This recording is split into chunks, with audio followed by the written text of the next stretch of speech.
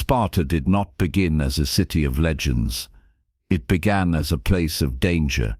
Imagine standing in a wide, open valley surrounded by mountains, but with no natural defenses, no cliffs to hide behind, no strong walls to protect you. This was the land where Sparta was born, a fertile region that attracted enemies and invaders long before the Spartans became feared across the ancient world. The people who settled here learned one truth very early: only the strong could survive, and only the strongest would ever have a chance to thrive. Long before Sparta became a symbol of courage and discipline, it was just a vulnerable community trying to stay alive. Around the end of the Greek Dark Ages, a people known as the Dorians arrived in Laconia. They were tough shepherds and fighters, but the land they wanted was already occupied, so they fought for it. They conquered. And the identity of Sparta was forged in that conflict. The conquerors became the citizens. The conquered became the enslaved. And the tension between these two groups created a society that would evolve into something unmatched anywhere in Greece. The Spartans were always outnumbered. Some historians believe the enslaved helots may have outnumbered them by 10 to 1. This reality shaped everything. Imagine waking up every day knowing that if you showed even a moment of weakness, the people you ruled might rise against you. Fear became more than an emotion. It became a guiding force that shaped political decisions, parenting, daily routines, even the moral code of the city. The Spartans lived with a constant pressure: stay strong or die. It was during this time that a single man, or perhaps many men remembered, under one legendary name, changed Sparta forever. His name was Lycurgus. His reforms transformed Sparta from a fragile settlement into a military society unlike anything the ancient world had seen. Whether he was real or mythical, the laws attributed to him were radical. He stripped away luxury because luxury made people soft. He pushed citizens to live simple, disciplined lives because distraction weakened unity. He reorganized the economy, eliminated personal greed, and made the state, not private life, the center of every Spartan's existence. Most revolutionary of all, he created a system where boys would no longer be raised by their families alone. Instead, the state would take them, mold them, harden them, and return them as soldiers. Every aspect of life served one purpose: to create warriors strong enough to keep Sparta alive. Lycurgus demanded that Spartans swear never to change his laws until he returned from a journey. According to legend, he never returned. In doing so, he locked Sparta into a system that would remain unchanged for centuries. As a result, Sparta became a place where comfort was dangerous, where equality existed only among warriors, where personal ambition was crushed unless it served the state. A society built on fear of rebellion demanded absolute discipline. Every citizen knew the same thing: the safety of their city depended entirely on their strength. There were no stone walls around Sparta because every Spartan was expected to be a wall. King Agesilaus once said that a city is truly fortified only when brave men stand around it. This belief became the backbone of Spartan culture. Sparta became a paradox. It was harsh, yet orderly, brutal, yet united. Its citizens were feared for their ferocity, but admired for their discipline. While other Greek cities wrote poetry, built temples, and debated philosophy, Sparta trained for war. They did not seek wealth. They did not chase art. They did not aspire to become an intellectual center of the world. Their goal was simple: to be strong enough that no enemy would ever dare challenge them. This narrow focus created a society unlike any other. Boys were molded into soldiers. Women were expected to raise warriors. Men were required to devote their lives entirely to the state. Weakness was eliminated early. Courage was expected always. Pain was a lesson, not a punishment. Sacrifice was honorable. Fear was something to be mastered. Yet beneath this hard shell lay the truth that shaped everything. Sparta was always one misstep away from collapse. Their entire system existed because of fear, fear of invasion, fear of rebellion, fear that their fragile population of full citizens might shrink too small to defend itself. This constant pressure pushed the Spartans to shape themselves into warriors whose legends would last thousands of years. The story of Sparta begins with struggle, but it does not end there. Once the warrior machine was built, the process of creating the most feared soldiers in the ancient world truly began. To understand how Sparta became a symbol of strength, we must step into the world where childhood itself was transformed into a battleground of training, discipline, and survival. The making of a Spartan warrior began at birth, long before a boy knew the meaning of courage or fear. In most ancient societies, childhood was a time of protection, learning, and gentle guidance. In Sparta, childhood was a test. From the moment a baby entered the world, the state decided whether he was fit to become part of the Spartan machine. Midwives inspected newborns carefully. If the child appeared weak, sickly, or deformed, he was not allowed to live. It was brutal, but the Spartans believed that a weak citizen endangered everyone. Only the strongest were permitted to grow. This belief set the tone for the life that followed, a life shaped by discipline and hardship. Family in Sparta did not function like family elsewhere in Greece. Mothers loved their children deeply, but their love came with expectations. A Spartan woman was known to say, "Come back with your shield or on it," meaning return victorious or die honorably. Fathers played a role in raising boys, but the state played a far larger one. Until 7, a child lived at home, but even then he was watched closely for toughness, obedience, and resilience. Play was not just play, it was practice for survival. Children were allowed to roam, explore, roughhouse, and test their limits. They learned early that life was not gentle, that pain was a part of growth, and that fear was something to be controlled, not obeyed. At age 7, everything changed. The boy was taken from his family and entered the agoge, the Spartan education and training system that shaped boys into soldiers. It was not a school in the way we imagine today. There were no soft benches, no comforting lessons, no gentle mentors. The agoge was designed to strip away softness and replace it with discipline, intelligence, and physical strength. Boys lived in groups, sleeping in rough quarters, eating simple, often insufficient meals, and enduring constant physical challenges. Hunger was intentional.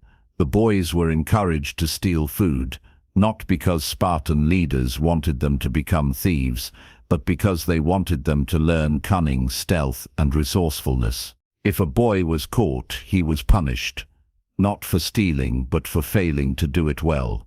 Discipline was firm, sometimes harsh, yet the goal was not cruelty for its own sake. The Spartans believed hardship was a teacher more powerful than comfort. Boys learned to endure cold without complaint, to walk barefoot over rocky ground, and to share everything with their group. Clothing was minimal, privacy was non-existent, personal desires were irrelevant. The group mattered more than the individual, and the state mattered more than both. Through constant physical training, group challenges, games that mimicked combat, and lessons that emphasized loyalty and obedience, the boys grew into something the Spartans valued above all else: unity. But the agoge did not ignore the mind. Spartans valued clear thinking, quick decision-making, and sharp wit. Boys were taught to speak with brevity and precision. Long speeches were discouraged. A sharp, clever reply was admired. This training produced the famous Spartan style of speaking, short, direct, and powerful. Their words were like their weapons, simple, sharp, and effective. Alongside this skill, they learned music, poetry, and dance, not for artistic expression, but because rhythm and coordination were essential in battle formations. Even beauty had a practical purpose. At 12, the training intensified. Boys lived with even fewer comforts. Hair was cut short. Beds were made from reeds gathered without tools. Food rations were smaller. The days became longer, filled with drills, endurance challenges, and controlled fights to toughen the body. Friendships formed in this environment were intense and lifelong. Each boy began to understand what it meant to depend on another person in moments of danger. These bonds later held the phalanx together, the tight formation that made the Spartan army nearly impossible to break. Mentorship became a powerful force at this age. Older Spartan youths were paired with younger boys in relationships that combined guidance, discipline, and emotional support. This bond helped shape character, manners, and battlefield courage. The older youth modeled the Spartan ideal: strong, controlled, loyal, and fearless. The younger boy learned to follow, listen, and emulate. Through these connections, the Argoge passed its values from one generation to the next, with almost unbroken continuity. By 16, the boys were nearly men. Their training shifted toward preparation for real combat. They learned to fight with shield, spear, and short sword. They practiced moving in formation, relying on teamwork rather than individual glory. The Spartans believed a single soldier fighting bravely but alone was useless. What mattered was the cohesion of the group. A phalanx lived or died as one. This idea shaped every moment of training. No Spartan fought for personal fame. They fought for the man on their left and the man on their right, and together they fought for Sparta. At 18, a young man entered the Crypteia, one of the most controversial and mysterious institutions of Spartan society. Members of the Crypteia acted as a secret police force, watching the helots for signs of rebellion. They lived alone, armed with only basic tools, surviving off the land, hiding during the day, and patrolling at night. This experience hardened them further and prepared them for leadership. It also reinforced the constant tension between Spartans and helots, a tension that lay at the foundation of the Spartan system. By 20, the training was complete. A Spartan youth became a full soldier, though not yet a full citizen. To gain citizenship, he needed to pass one final test: acceptance into a syssitia, a communal dining group where soldiers lived, ate, and bonded for life. Acceptance into one of these groups was an honor. Rejection was a humiliation. Only those who demonstrated strength, loyalty, and character were welcomed. When a young man finally took his place among the warriors of Sparta, he knew he had survived one of the hardest upbringing systems in human history. The making of a Spartan was a long, painful transformation. It began in infancy and lasted more than 2 decades. Every moment shaped the young Spartiate into something the state needed: a disciplined fighter with unwavering loyalty, a mind trained for clarity under pressure, and a heart capable of facing death without fear. This was how Sparta maintained its power. This was how a small population created soldiers who could stand against entire armies. Strength in Sparta was not simply physical, it was emotional, mental, and spiritual. To understand why their warriors were so feared, you must imagine a society that stripped away everything except what made a soldier effective. The training of the Argoge shaped the foundation, but the years that followed carved the final form. A Spartan was expected to be more than tough. He was expected to embody discipline so deeply that it felt like instinct. This transformation was not only about surviving pain, it was about mastering it, Every challenge was designed to create a kind of resilience that most people today can hardly imagine. When a young man entered adulthood, he understood pain as a companion, not an enemy. He had learned early that discomfort was simply a sensation, not a barrier. Cold, hunger, and exhaustion were normal.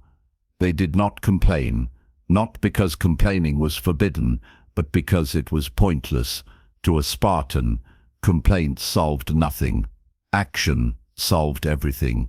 While other Greek men trained for battle a few times a month or practiced combat during festivals, Spartans lived inside a training system that surrounded them every hour of every day. Their bodies were conditioned with constant exercise. Running, wrestling, spear throwing, shield work, and endurance drills filled their routines. But what made Spartan training unique was its philosophy. The goal was not to produce men who fought well individually. It was to create warriors who were pieces of a greater machine. A single Spartan soldier was trained to hold his position even when fear clawed at his chest, even when exhaustion made his legs heavy, even when blood ran down his arms. The training demanded total control.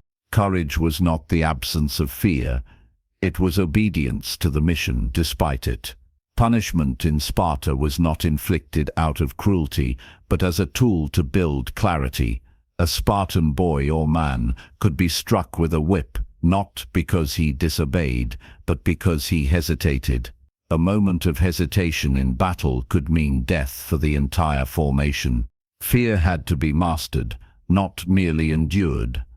Some of the most famous stories describe boys who endured severe pain in silence, not out of pride, but because the community expected it. To suffer without breaking was a sign that the training was working. The expectations placed upon Spartans extended beyond the battlefield. Their daily life reinforced discipline in subtle but powerful ways. Meals were simple, often bland, and intentionally unfulfilling. Clothing was plain. Luxuries were discouraged. Even conversation was expected to be purposeful and concise. A meaningless or emotional outburst was seen as a lack of self-control. This constant restraint built a kind of calm that served them well in war.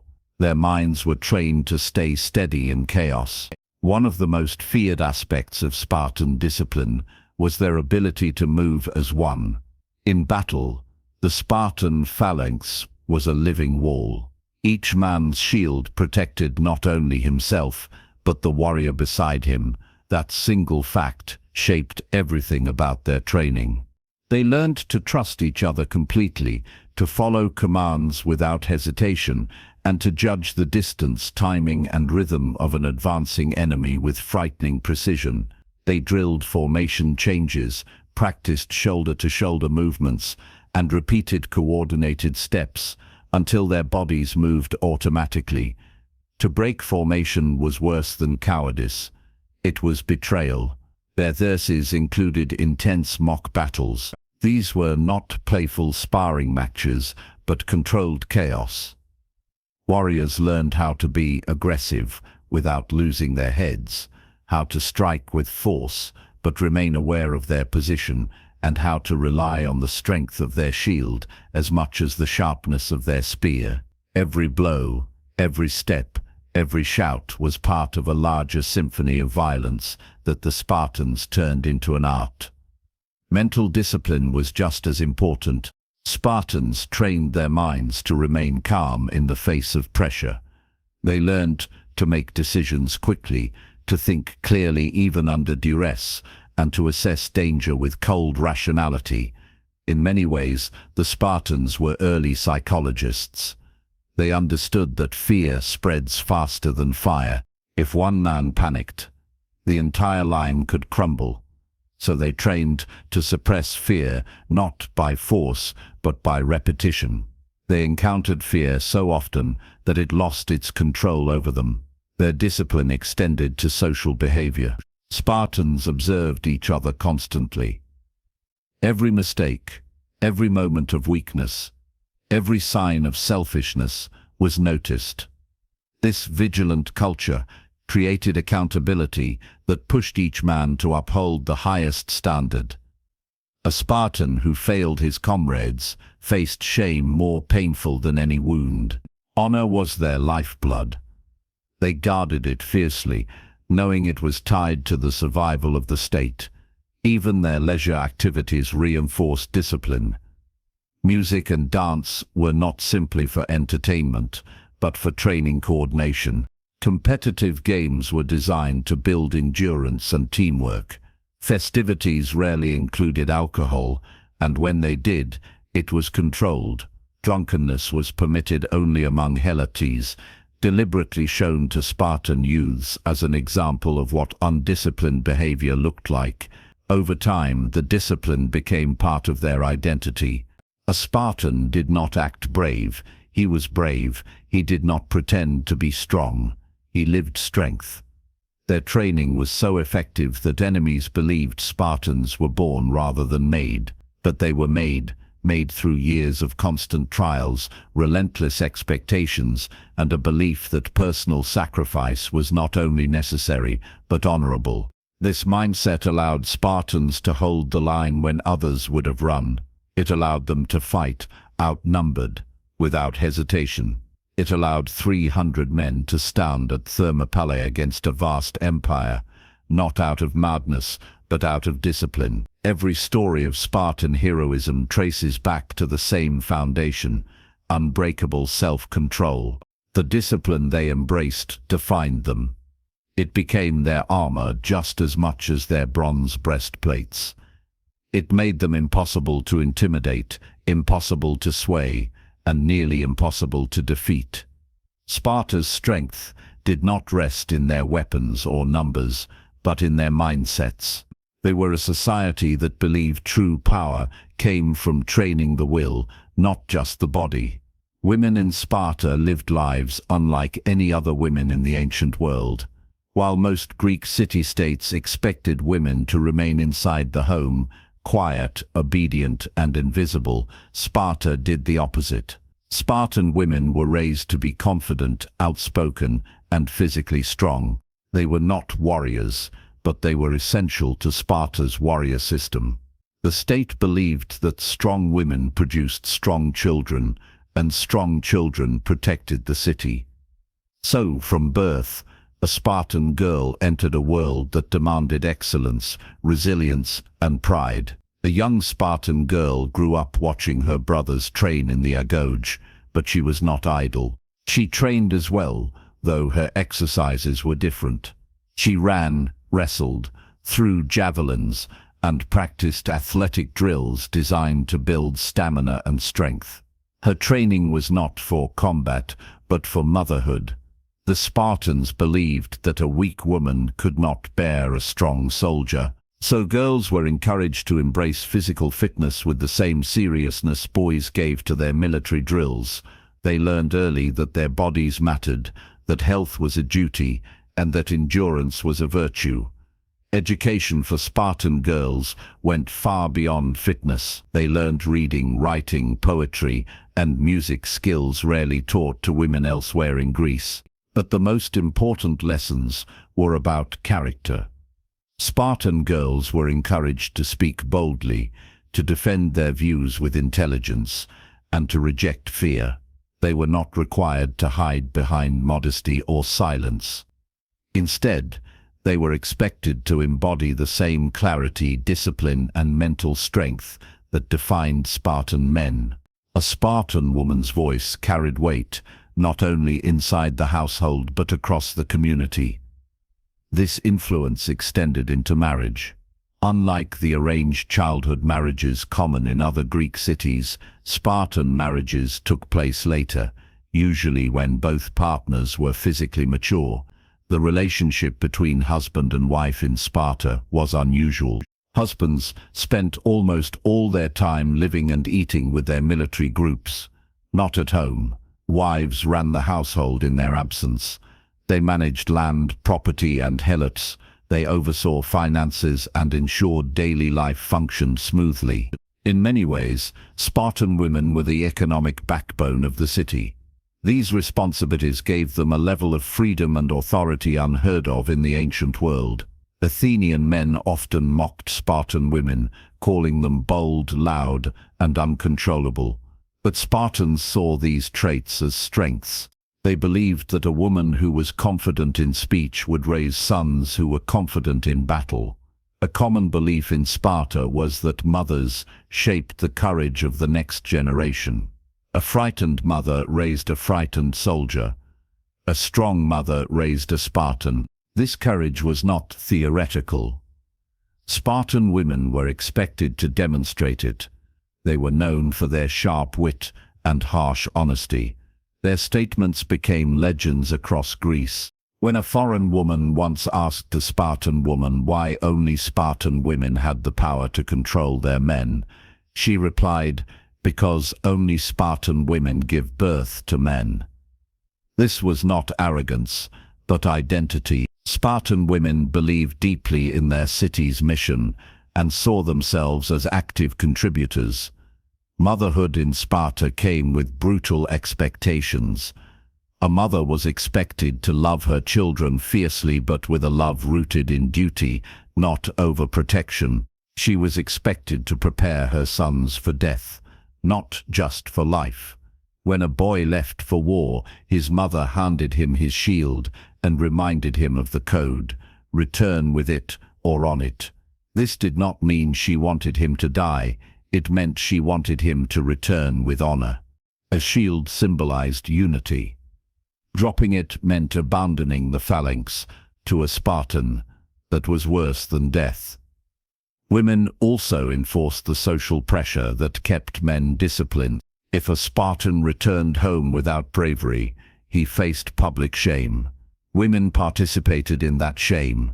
They refused to associate with cowards. They rejected men who lacked courage.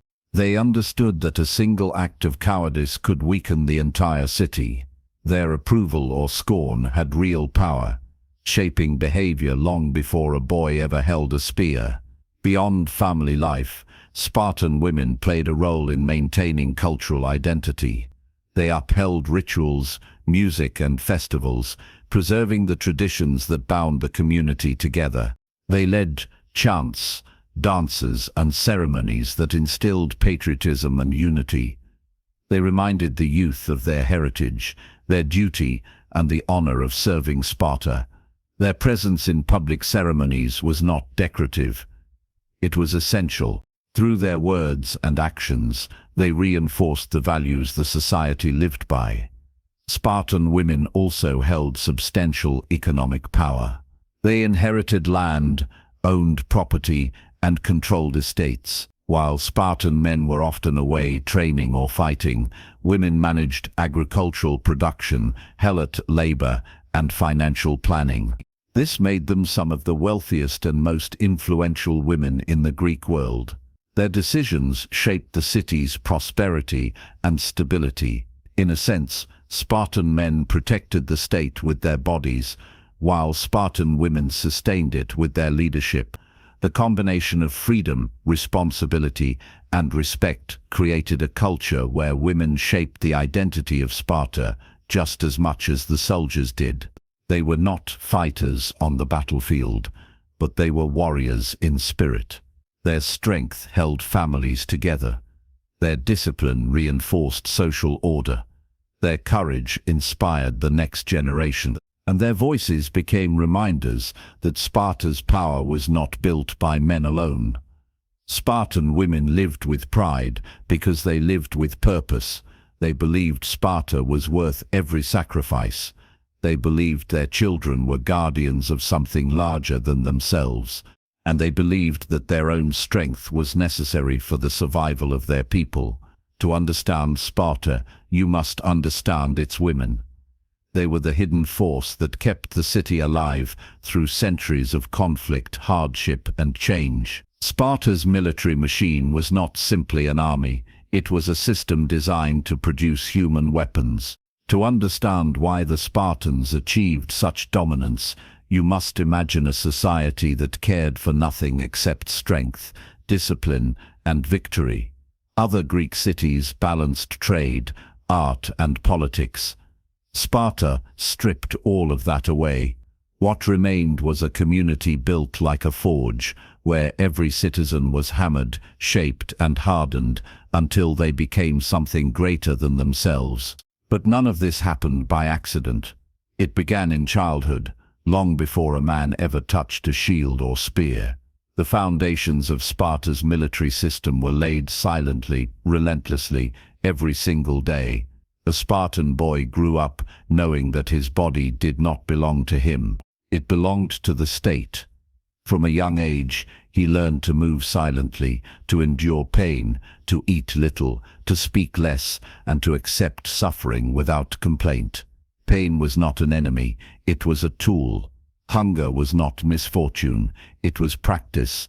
Discomfort was not punishment, it was training. The boys were taught that the world owed them nothing, that only those who were strong deserved honor, and that weakness had no place in the Spartan future.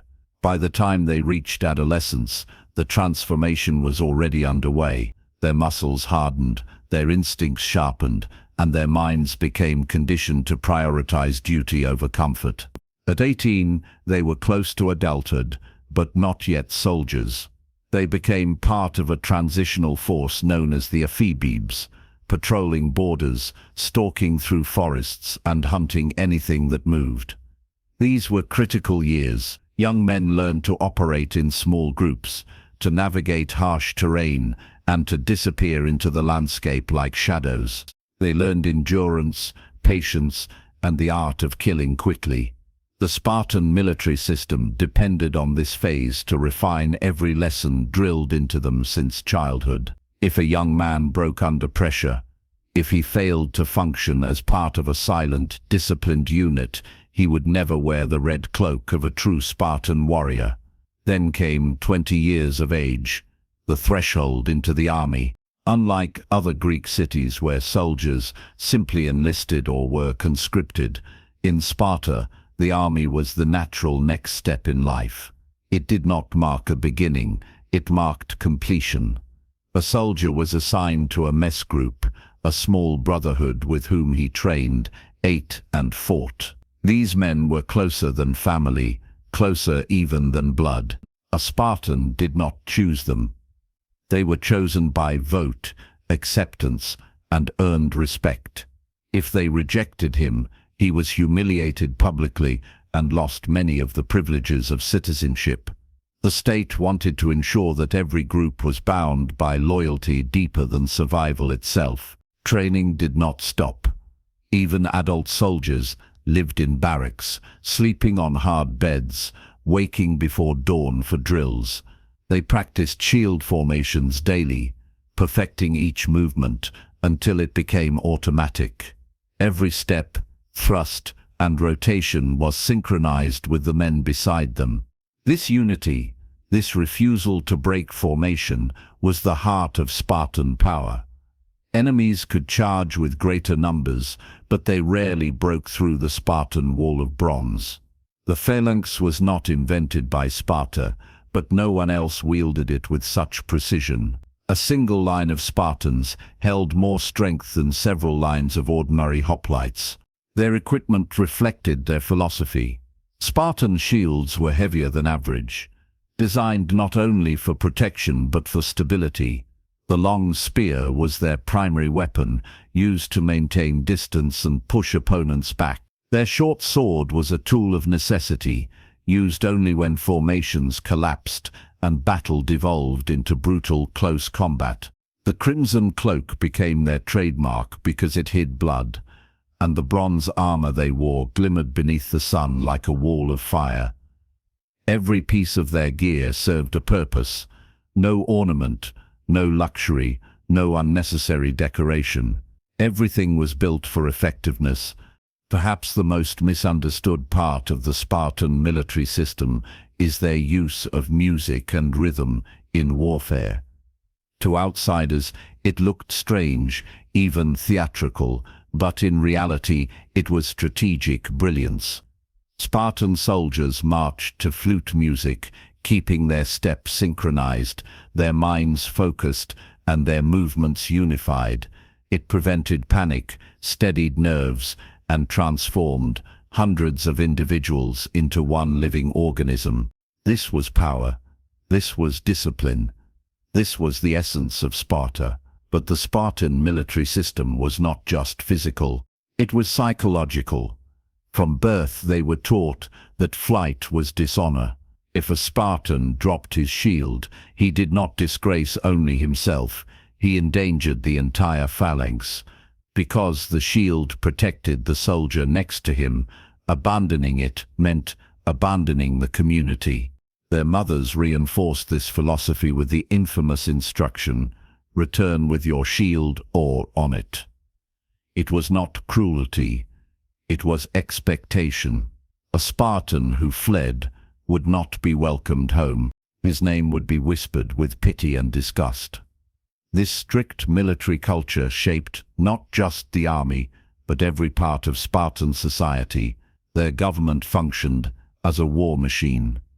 Their education system was centered on producing soldiers. Their economy depended on subjugated labor, so citizens could focus entirely on training. Even their diplomacy was influenced by their military reputation. Other Greek states feared them, respected them, or relied on them, but no one ever ignored them. Sparta's identity was built on the belief that their warriors were superior to all others, and their system delivered results for centuries. Yet behind this strength lay fragility. Such an unforgiving system required constant reinforcement. The population of full Spartan citizens slowly declined over generations because the requirements for becoming a soldier were so strict. Even small losses in battle were devastating, not just emotionally but demographically. Sparta created the greatest warriors the ancient world had seen, but it also created a society that could not easily replace them. Still, during its height, the Spartan military system was unmatched. It forged men who could stand against impossible odds. It produced armies whose discipline turned battles into predictable victories. And it shaped the legend of a people whose name would echo across millennia because of their relentless dedication to perfection. Sparta's dominance did not rely only on its warriors. Behind every shield wall stood a complex society built to support the men who fought. To understand how Sparta functioned, you must step inside a world unlike any other in ancient Greece, a world where every class had a purpose, every structure had a role, and every individual existed to maintain the state's power. It was a society carved into layers, each layer rigid and immovable, designed to preserve Sparta's military supremacy. Nothing about this system was accidental. Everything was engineered. At the top were the Spartans, the full citizens, the elite core of the state. These were the men who completed the brutal training system and earned the right to fight in the phalanx. A Spartiate did not simply exist. He represented the ideal that Sparta wanted to project. He was expected to dedicate his life entirely to military service. He did not farm, he did not trade, and he did not pursue wealth. His only duty was to prepare for war, enforce discipline, and maintain the traditions that defined the city. Citizenship was not a birthright, but a status constantly tested. A man could lose it for failing to pay his mess contributions, showing cowardice, or breaking the strict codes of Spartan behavior. The state wanted no weakness among its elite. Beneath them were the Perioikoi, the dwellers around. These were free men, not slaves, but not citizens either. They handled the practical realities of life, trading, crafting weapons, producing goods, and maintaining Spartan infrastructure. They lived in surrounding villages, loyal to Sparta, but excluded from political decisions. The Perioikoi were vital to the economy because they could perform tasks that Spartiates were forbidden from doing. Their role was often overlooked by ancient writers, but without them, the Spartan war machine would have stalled. They kept the wheels of the state turning, while the citizen elite focused solely on combat. At the bottom of the hierarchy were the helots, the subjugated population that made Sparta possible. They were the backbone of the agricultural system, working the fields so Spartans could train, but their role was far more complex than simple labor. The helots were a conquered people, originally from Messenia and other regions subdued by Sparta. Their entire existence was controlled by the state. They could not travel freely, could not own property, and could not refuse the demands of their Spartan overlords. Every year the ephors, the highest officials, declared ritual war on them, ensuring Spartans could kill helots without religious repercussions. This practice reveals how deeply fear shaped Spartan society. The helots outnumbered the citizens many times over, and Sparta lived in constant anxiety of a massive revolt. Harshness was not optional, it was survival. To maintain control, Sparta used a system of intimidation. Young soldiers were sometimes sent out at night to hunt down particularly rebellious helots. This was both a test of the young men and a warning to the helots. Brutal? Yes. Effective?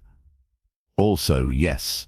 It kept a vast population in check and ensured that the fields continued to produce the resources Sparta needed. Yet despite this oppression, the helots were indispensable.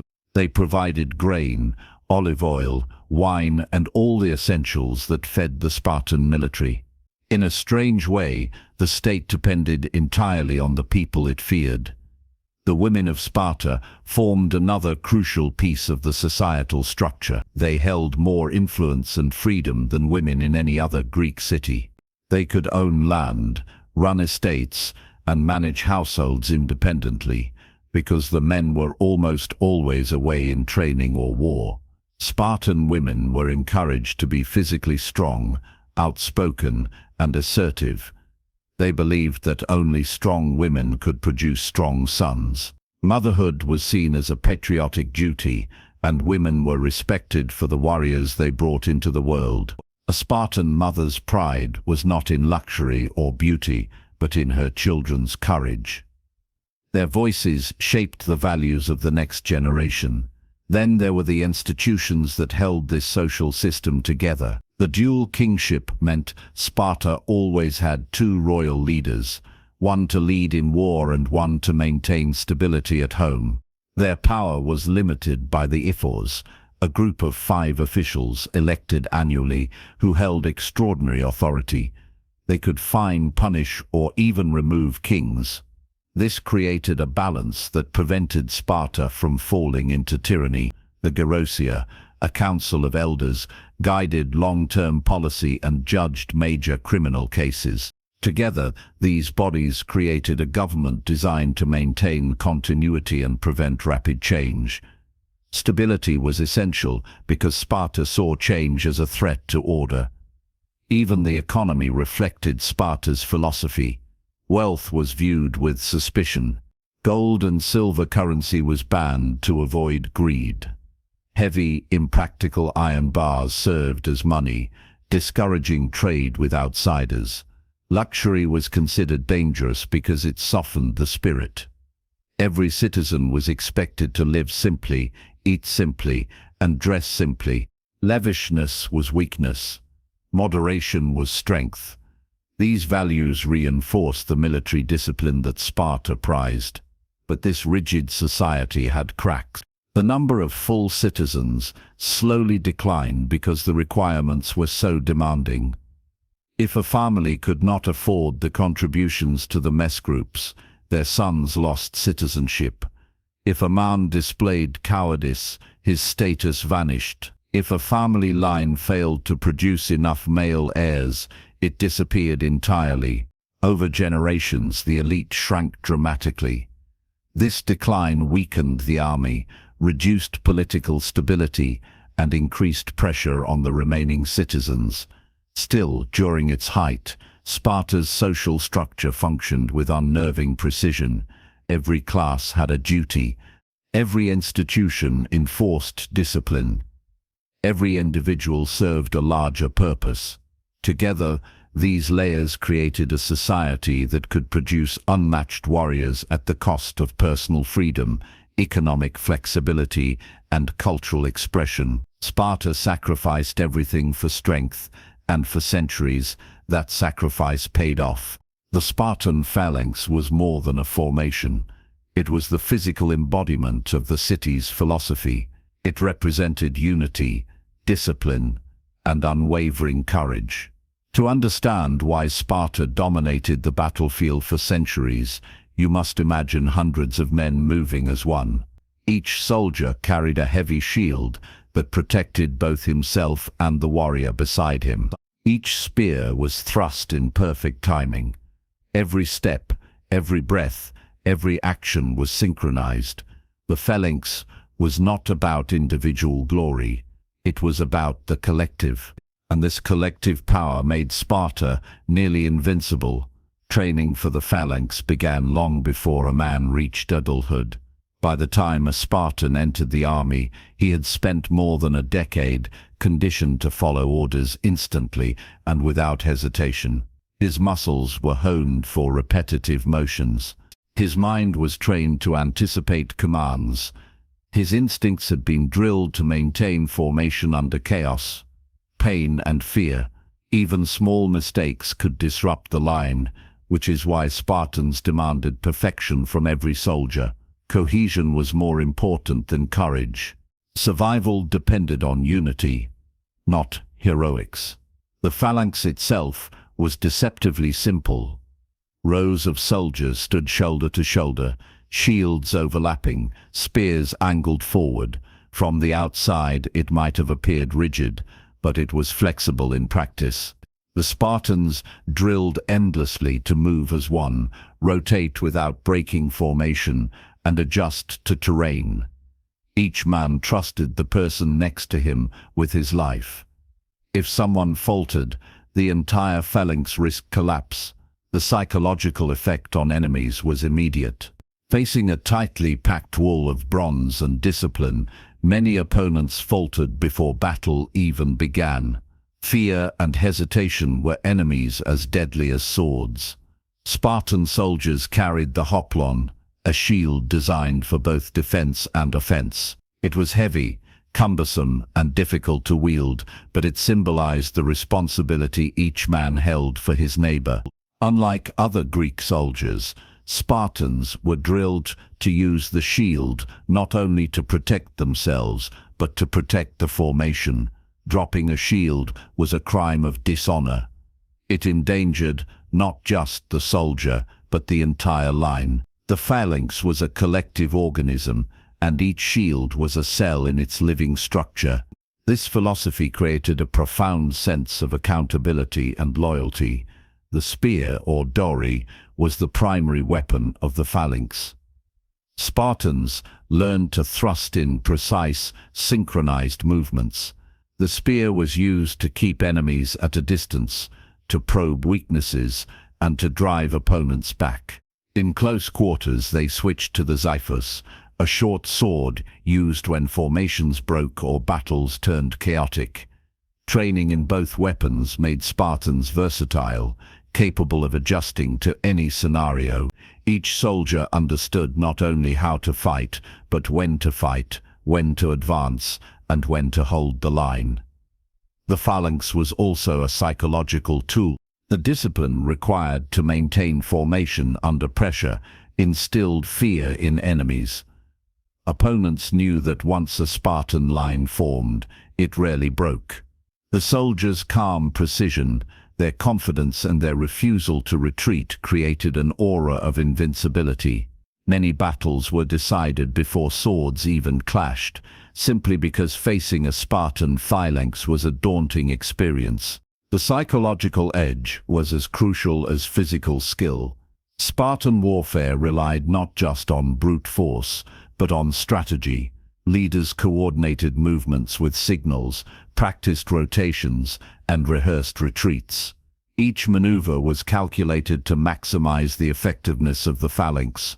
The soldiers were trained to read the battlefield, adapt quickly, and maintain cohesion even when surrounded.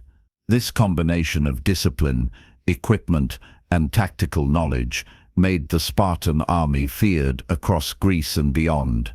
The phalanx also influenced Spartan society beyond the battlefield. The same principles of unity, discipline, and mutual responsibility shaped daily life, governance, and education.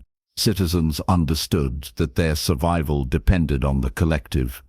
Their training was not merely martial, it was a lesson in social cohesion, trust, and accountability.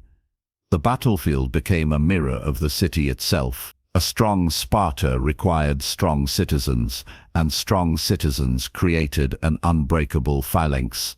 However, even this formidable system had limits. Terrain, numbers, and innovation could challenge it. Yet for centuries, the Spartan phalanx stood as a model of military excellence. It shaped the course of wars, influenced neighboring states, and created a legend that still inspires the modern imagination. Every story of Spartan bravery, from Thermopylae to countless smaller battles, rested on this foundation: the ability of men to move, fight, and live as one. Sparta did not rise to prominence by accident. Its path to power was shaped by early wars, careful diplomacy, and the constant need to assert dominance over neighboring regions. From the very beginning, the Spartans understood that survival depended on strength, both on the battlefield and within their society. They expanded cautiously, absorbing or subjugating surrounding communities, particularly the Helots, whose labor sustained the city while the Spartiates trained for war. Each conquest, each negotiation, each military campaign reinforced their reputation and tightened their control over Laconia and beyond. Early conflicts were brutal but instructive. The Spartans fought their neighbors to secure fertile land, grazing areas, and strategic positions. They learned how to maintain discipline under pressure, how to organize forces efficiently, and how to combine sheer force with cunning. These early wars also reinforced the necessity of their rigid social structure. Helot uprisings were a constant threat, and each campaign tested both the army and the citizen body. Through repeated conflict, the Spartans honed not only their combat skills, but also their understanding of leadership, strategy, and the importance of unity. During this period, Sparta established its reputation as a city-state that could not be challenged lightly. Surrounding states observed the Spartan method and understood the consequences of underestimating them. Unlike other Greek cities, which often relied on mercenaries or temporary militias, Sparta cultivated a professional, lifelong army. This distinction gave them a decisive edge. They could project power consistently, and their reputation alone often prevented conflicts from escalating. Fear became a tool as much as swords and spears. Sparta's approach to warfare was both pragmatic and philosophical. They understood that victory was more than brute force. Strategy, intelligence, and timing were essential. The kings and ephors coordinated campaigns with care, ensuring that battles were fought under favorable conditions whenever possible. They emphasized logistics, preparing supplies and controlling resources to maintain their army's strength. They trained for endurance, long marches, and the ability to fight in formation for hours without faltering. Every aspect of preparation reinforced the idea that a Spartan army was a precise instrument, not a chaotic mob.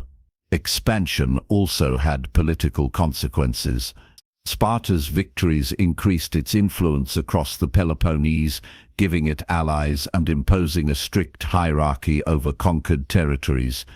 They created a network of dependencies, ensuring that even regions outside Sparta's immediate control remained loyal, at least superficially. This allowed Sparta to focus on internal stability and military training, knowing that the wider region was under its influence. At the same time, this growing power created tensions with neighboring city-states. particularly Athens, which eventually led to conflicts that would define Greek history. One of Sparta's most notable early campaigns was its confrontation with Argos, a city with its own proud military tradition. These skirmishes tested Spartan discipline and forced innovation in tactics. By facing adversaries who were skilled and experienced, the Spartans refined their own methods. Every victory reinforced their belief in their system, and every loss highlighted the importance of preparation and unity. Such experiences cemented the Spartan mindset. War was inevitable, and only through constant training and vigilance could survival be assured. Religion and ritual were intertwined with warfare. Spartans believed the favor of the gods was essential for victory. Priests and oracles were consulted before campaigns, sacrifices were made, and religious observances accompanied military planning. These rituals reinforced discipline and collective identity, reminding soldiers that their actions were not only personal or political, but cosmic. Victory was framed as both a civic duty and a spiritual obligation. The combination of practical strategy and religious legitimacy created a sense of destiny that drove Spartan warriors forward, even in the most desperate situations. The economic dimension of early Spartan expansion also reinforced military power. By controlling helotare labor, Sparta ensured that the citizenry could focus entirely on military training without concern for agriculture or commerce. This system allowed them to maintain a standing army that other city-states could not match. Conquered lands provided resources, tribute, and strategic depth, all of which allowed Sparta to sustain campaigns that would have exhausted other Greek states. Efficiency and control were as important as courage and skill. Over time, these early campaigns and expansions created a feedback loop. Success bred confidence, which reinforced discipline and encouraged further training. The city's warriors internalized the lessons of past conflicts, applying them instinctively in new battles. Spartan children grew up hearing stories of these early victories, understanding that courage, unity, and sacrifice were the keys to survival and honor. History became a living teacher, shaping both tactics and mindset. By the time Sparta faced its most famous challenge at Thermopylae, it was not a young or inexperienced city-state. Centuries of conquest, preparation, and adaptation had honed it into a formidable force. Each campaign, no matter the scale, contributed to a culture of efficiency, fearlessness, and tactical brilliance. The Spartans were not born invincible. They became invincible through experience, discipline, and an unwavering focus on their role as the ultimate soldiers of Greece. The Battle of Thermopylae stands as one of the most iconic moments in the history of Sparta, a defining example of courage, discipline, and sacrifice. In 480 BCE, the Persian Empire, under King Xerxes, advanced into Greece with a massive army that numbered in the hundreds of thousands. Their goal was simple: to conquer all of Greece and expand the Persian Empire into the Western world. Facing them was a vastly smaller Greek coalition, led by King Leonidas of Sparta, whose forces numbered only a few thousand. Among these, only 300 Spartans were fully armed and ready, the cream of their warrior society. Yet the stakes were enormous. If they failed, the Persian army would sweep through Greece unchecked, and the freedom of the Greek city-states would vanish. The Spartans understood the challenge immediately, and their response reflected centuries of preparation. They chose to hold a narrow mountain pass at Thermopylae. Geography became their ally. The pass was so constricted that the Persian numerical advantage was minimized. Hundreds of thousands of troops could not deploy effectively in such terrain. The Spartans, trained for discipline and unity, could hold the line with fewer numbers, using the landscape to amplify their strength. This decision alone illustrates the strategic genius that underpinned Spartan warfare.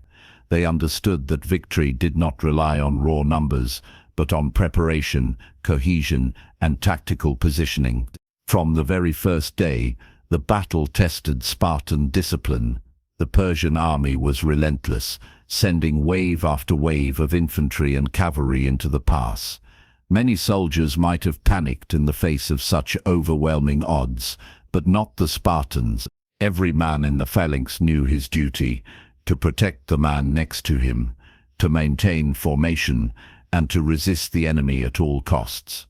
Their shields interlocked, their spears thrust as one, and their discipline created a nearly impenetrable barrier. Persian forces, despite their size and weaponry, struggled to break through. Time and again, the Spartans held the line, demonstrating that training and cohesion could overcome sheer numbers. King Leonidas himself embodied the Spartan ideal. He was not only a commander, but also a symbol of the city's values. At Thermopylae, he led from the front, fighting alongside his men, not behind them. He understood the importance of morale, of visible courage, and of personal example. His presence inspired the Greeks around him, and it reinforced the central Spartan belief that leadership required sacrifice. To lead was to stand in the face of death without hesitation, and Leonidas exemplified this principle perfectly. The Persians attempted every tactic to dislodge the Spartans. They sent archers, cavalry, and infantry in coordinated attacks, trying to outflank and overwhelm the defenders. Yet the Spartans adapted, using their knowledge of terrain, timing, and formation to counter each assault. Every move was precise, every response was calculated. In the midst of chaos, the phalanx remained a machine of perfect discipline. Each Spartan relied on his neighbor, and each man understood that failure meant the collapse of not just the line, but the hopes of all Greece. It was the ultimate test of unity, courage, and strategic intelligence. The battle also illustrates the broader role of the Spartan system. Each soldier was conditioned from childhood to endure pain, to suppress fear, and to act with precision under pressure. Hunger, exhaustion, and injury were part of daily life, so facing overwhelming enemies did not intimidate them. They were psychologically prepared for death, and trained to value collective duty over individual survival. This mental conditioning made the Spartans extraordinarily effective in combat, even when facing forces vastly superior in number. Despite their extraordinary discipline, the Spartans were not invincible. Betrayal played a crucial role in the Persian victory. A local Greek, Ephialtes, revealed a hidden path to the Persians that allowed them to outflank the Greek positions. When Leonidas learned of this maneuver, he made a fateful decision. He sent away the bulk of the Greek allies, remaining behind with his 300 Spartans and a few hundred Thespians and Thebans. This decision was both tactical and symbolic. By staying, they ensured the retreat of the rest of the Greek forces, preserving the larger resistance, even at the cost of their own lives. It was an act of ultimate sacrifice, a demonstration of Spartan principles writ large on the battlefield. As the Persians closed in, the Spartans fought with unmatched ferocity. They pushed forward relentlessly, even as their numbers dwindled. Each death was met with the same courage and discipline as the first. The Spartans knew the outcome, yet they did not falter. Their courage and resilience left a lasting impression on their enemies. Persian accounts described the Spartan fighting as extraordinary, even supernatural. This battle became a legend, not because of victory in the conventional sense, but because of the unmatched bravery, skill, and cohesion of a few thousand men against an empire. The aftermath of Thermopylae amplified the impact of Spartan sacrifice. Although the Persians eventually broke through and burned Athens, the delay allowed the Greek city-states to prepare, unify, and organize a counterattack. Thermopylae became a strategic delaying action as well as a symbolic act of courage. The battle demonstrated that even the mightiest empire could be challenged by disciplined, motivated, and strategically minded defenders. The story of the 300 Spartans became a moral touchstone for courage, duty, and selflessness. Thermopylae also reinforced Spartan identity. The city-state was defined by its willingness to place collective duty above personal safety. The values instilled from childhood through the agurge found their ultimate expression on that mountain pass. Every Spartan who fought knew the code: protect the community, honor the state, uphold discipline, and face death without hesitation.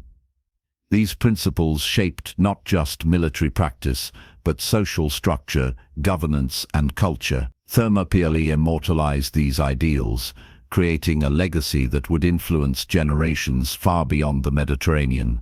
Beyond the battlefield, Thermopylae became a story of inspiration. Artists, poets, and historians for centuries would recount the courage of Leonidas and his men. The battle became a symbol of the power of discipline over numbers, of unity over chaos, and of courage over fear. It reinforced the notion that Spartan society, despite its harshness and rigidity, produced warriors capable of achieving extraordinary feats. The lessons of Thermopylae echoed in later conflicts, reminding all of what can be accomplished when individuals commit entirely to a common purpose. Ultimately, Thermopylae exemplifies the Spartan way of life.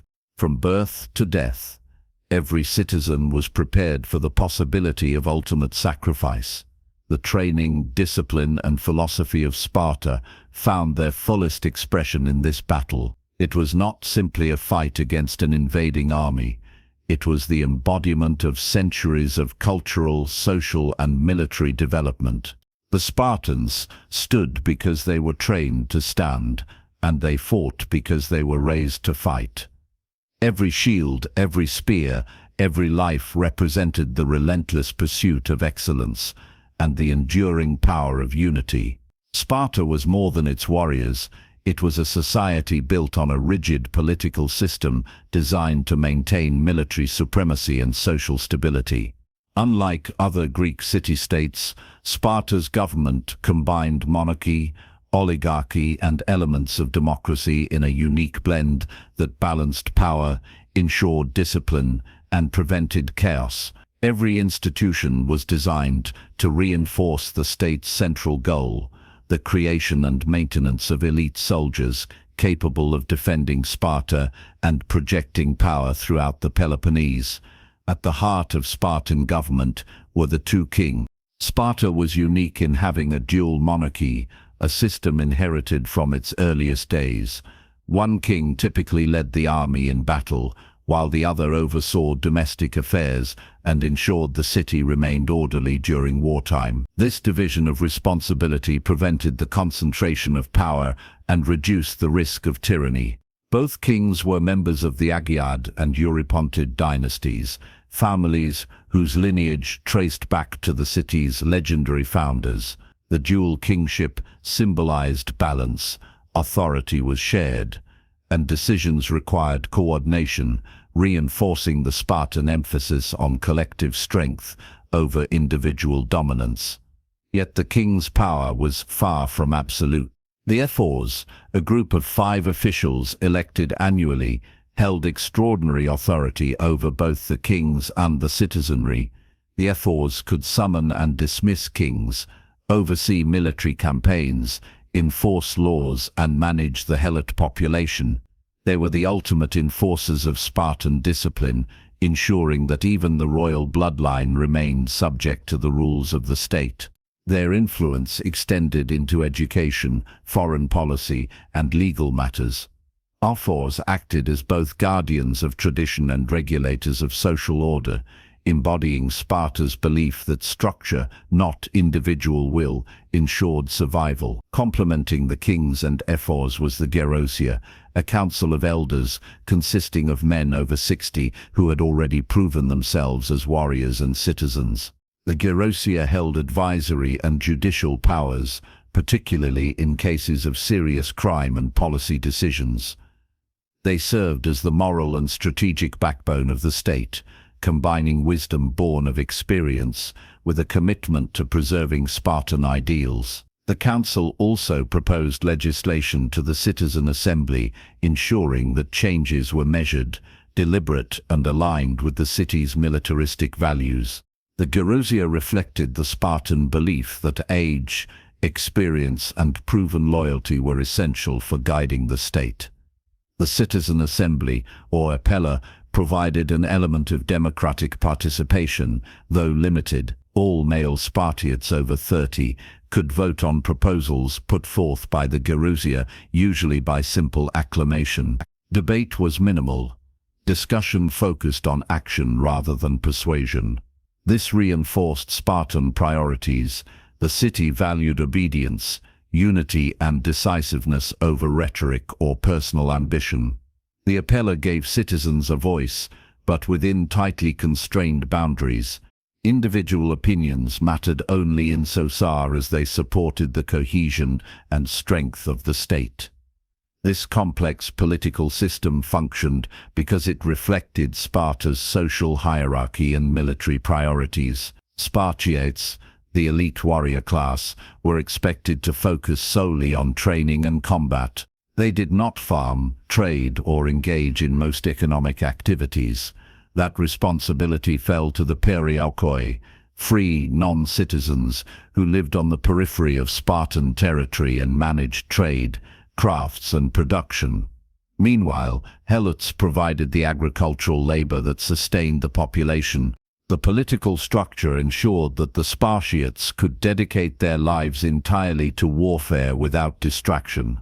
Every class, every institution, and every law reinforced the city's military priorities. Spartan law and social expectations were tightly intertwined.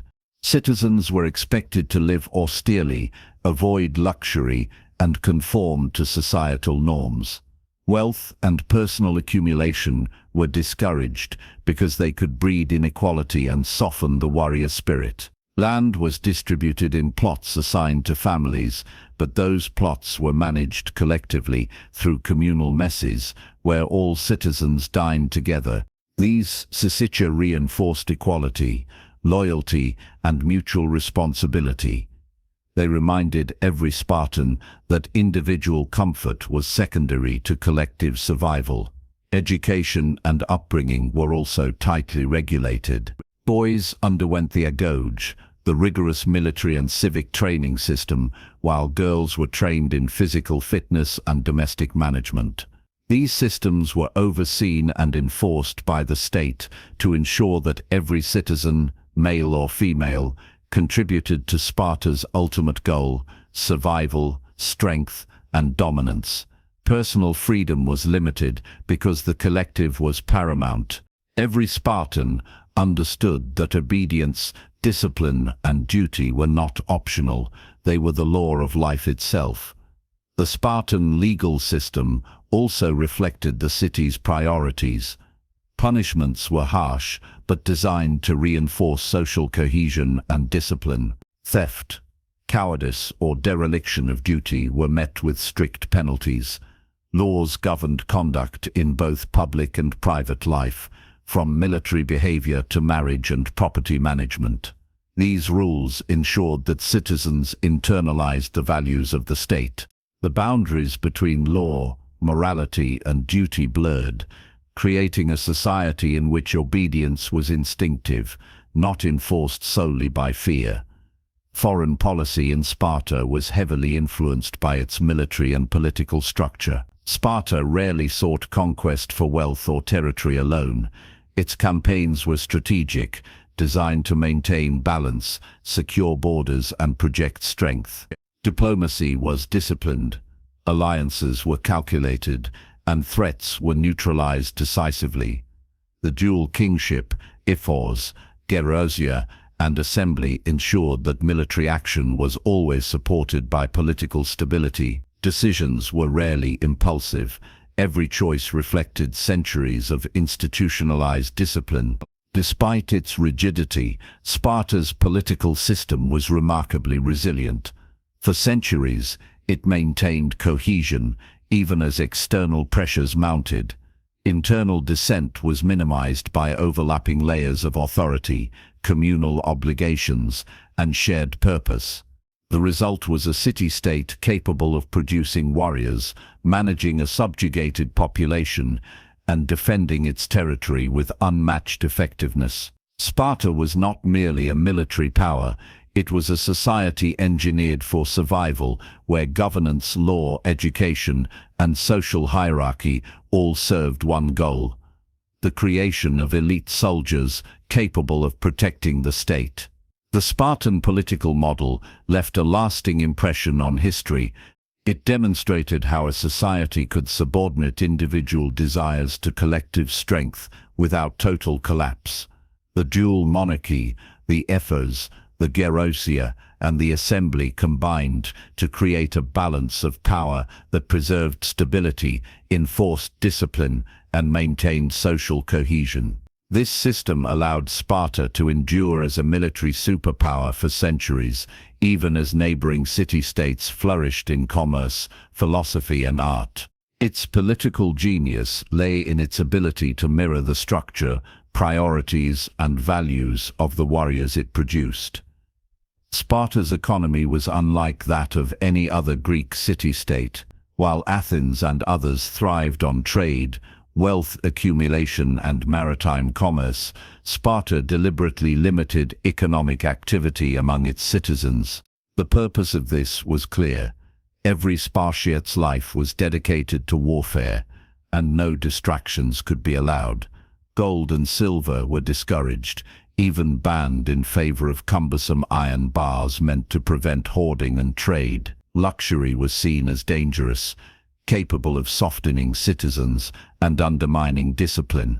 Simplicity, austerity, and self-sufficiency were not just ideals, they were policies enforced by law. The backbone of Sparta's economic system was the Helot population. These subjugated peoples, mostly from Messenia, were bound to the land and tasked with producing the food and resources necessary for the Spartan state. The Helots farmed the fields, raised livestock, and managed the agricultural output that allowed Spartiates to dedicate themselves fully to military training. They were indispensable. Without Helot labor, Sparta could not maintain its standing army or its strict social system. Yet their subjugation was maintained through fear, ritualized oppression, and constant surveillance. Helots vastly outnumbered citizens, and the threat of revolt was a constant concern, influencing every aspect of Spartan society. Sparta's approach to Helot management was deliberate and brutal. Each year, the ephors declared a ritual war on the Helots, allowing Spartans to kill any Helot without religious penalty. Young Spartans were sometimes sent out to hunt Helots as part of their military training, testing both courage and ruthlessness. Public humiliation and corporal punishment were common. These measures served multiple purposes. They maintained dominance, reinforced fear, and provided practical combat experience. For the Spartans, the Helots were both a workforce and a reminder that discipline and vigilance were essential to survival. Periokoi, the free non-citizen population, played a complementary role. They handled trade, crafts, and production, performing the tasks that citizens were forbidden from undertaking. While they lacked political rights, their economic contributions were essential. Weapons, armor, pottery, and other goods were produced by the Periokoi, ensuring that the city-state remained self-sufficient.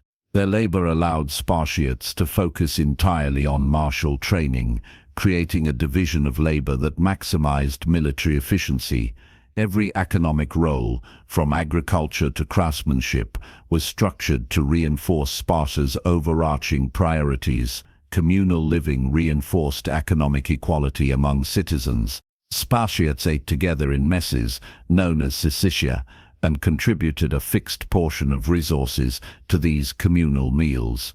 Luxury was forbidden. Clothing, food, and housing were deliberately austere. Wealth accumulation was discouraged, not only to prevent inequality, but also to ensure that citizens remained focused on collective survival. In this way, the economy was a tool of social control as well as survival. Spartan citizens were conditioned to value duty over comfort and service over personal gain. This economic structure had consequences for social dynamics. Citizens were dependent on the labor of the helots and the perilokai, but they were also trained to maintain authority and control. The helot population's size made fear a necessary element of governance. Any lapse in vigilance could lead to revolt, and even the smallest rebellion had the potential to destabilize the state.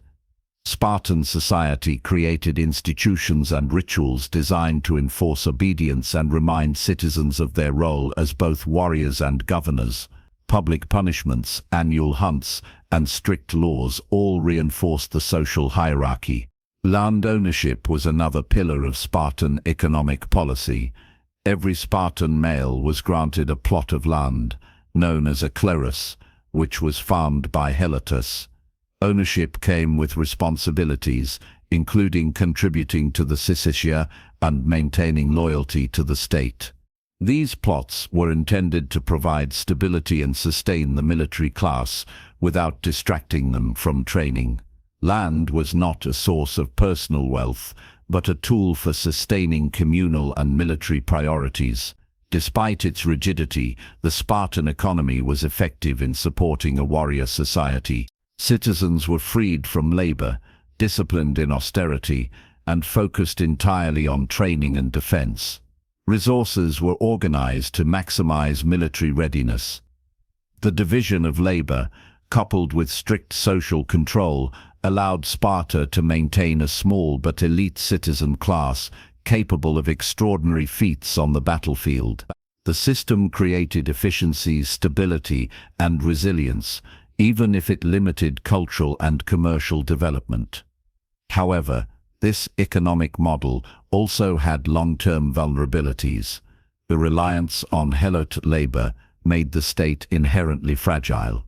Any large-scale rebellion could disrupt food production and threaten military readiness. The strict limitations on wealth and trade discouraged innovation and external alliances.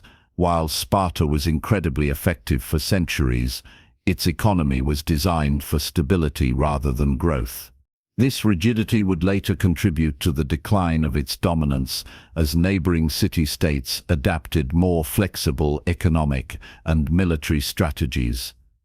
The Spartan economy was inseparable from its social and military structure. Every aspect, from communal dining to helot management, was designed to serve the state and its warriors. Wealth was not power, discipline and obedience were. Labor was not for the citizens, it was for the army. This economic philosophy reflected the Spartan belief that survival, strength, and unity were far more important than personal comfort, accumulation, or luxury. It was a society engineered to create soldiers and sustain them indefinitely, even at the cost of creativity, commerce, and personal freedom. Spartan culture was inseparable from its military priorities. Unlike other Greek city-states, where art, philosophy, and commerce thrived, Sparta focused on discipline, endurance, and communal identity. Every aspect of daily life reinforced the values that made its warriors legendary. From the moment a child was born, through training, adulthood, and even in leisure, the Spartan ethos shaped thoughts, behavior, and expectations. Life was not about personal ambition or comfort, it was about service to the city, survival, and honor. Daily life for a Spartan male revolved around the agoge and military readiness. Even after completing the grueling training system, a Spartan's days were governed by physical exercise, martial drills, and communal meals. Citizens lived in barracks well into adulthood, reinforcing the bond between soldiers. Friendship, loyalty, and mutual accountability were not just social ideals, they were essential for survival in battle. The city's young men were conditioned to value the group above the individual, to act without hesitation, and to embrace discomfort as a path to strength. Education was also deeply intertwined with culture. Boys learned not only how to fight, but also about Spartan history, ethics, and the laws of the state. Storytelling and oral tradition played a key role in reinforcing values. Tales of heroic ancestors, past victories, and legendary sacrifices created a shared identity, reminding every Spartan of the legacy they were expected to uphold. Lessons were rarely theoretical. They were embedded in practical exercises, tests of endurance, and constant observation of peers. Character development was inseparable from physical training. Spartan women, meanwhile, lived with responsibilities and freedoms rare in the ancient world. They were trained physically to ensure they could bear strong children, and they were educated in household management, civic responsibilities, and, to some extent, intellectual pursuits. Their authority extended over land, property, and even the economic affairs of the state, while men trained or fought. Women reinforced Spartan values at home, shaping the next generation, and were recognized as vital contributors to the survival of the city. Their confidence, discipline, and authority became legendary across Greece. Religion played a central role in daily life. Spartans worshipped gods such as Apollo, Artemis, and Athena, often invoking divine favor for battles, fertility, and community cohesion. Religious festivals reinforced unity and discipline. Music, dance, and ritualized competition were not mere entertainment. They were exercises in obedience, synchronization, and social cohesion. Spartans believed that the favor of the gods was earned through discipline, courage, and adherence to communal norms, intertwining spirituality with civic duty. Meals, though simple, were socially and culturally significant. The sysacha, or communal messes, were where citizens gathered daily. Each man contributed a share of his resources, ate under the supervision of elders, and reinforced bonds with comrades. These meals reflected equality, reinforced loyalty, and reminded participants that the group's welfare was paramount. Luxury and indulgence were frowned upon. Simplicity was a virtue, and discipline extended even to eating habits. Overeating, comfort, or private feasts were considered signs of weakness. Physical culture extended beyond the military. Athletic competitions, foot races, wrestling, and other games were central to Spartan society. These events served multiple purposes. They maintained fitness, trained reflexes, and fostered healthy competition, all while instilling values of fairness, courage, and endurance. Victory was celebrated, but even defeat carried lessons in humility, resilience, and improvement. Spartans understood that culture and sport were tools for shaping character as much as the battlefield was for honing combat skills. Art and architecture in Sparta were strikingly functional. Unlike Athens, where temples, statues, and buildings were ornate, Spartan structures emphasized practicality. Temples were simple but sacred, homes were austere, and public buildings reflected communal rather than personal wealth. This approach extended to clothing and personal adornment. Citizens dressed plainly, and luxury was considered corrupting. Even aesthetic choices reinforced the Spartan ethos, embedding discipline and communal identity into daily life. Music and poetry were present, but primarily served functional purposes. Songs celebrated military victories, honored ancestors, or instructed youth in moral lessons.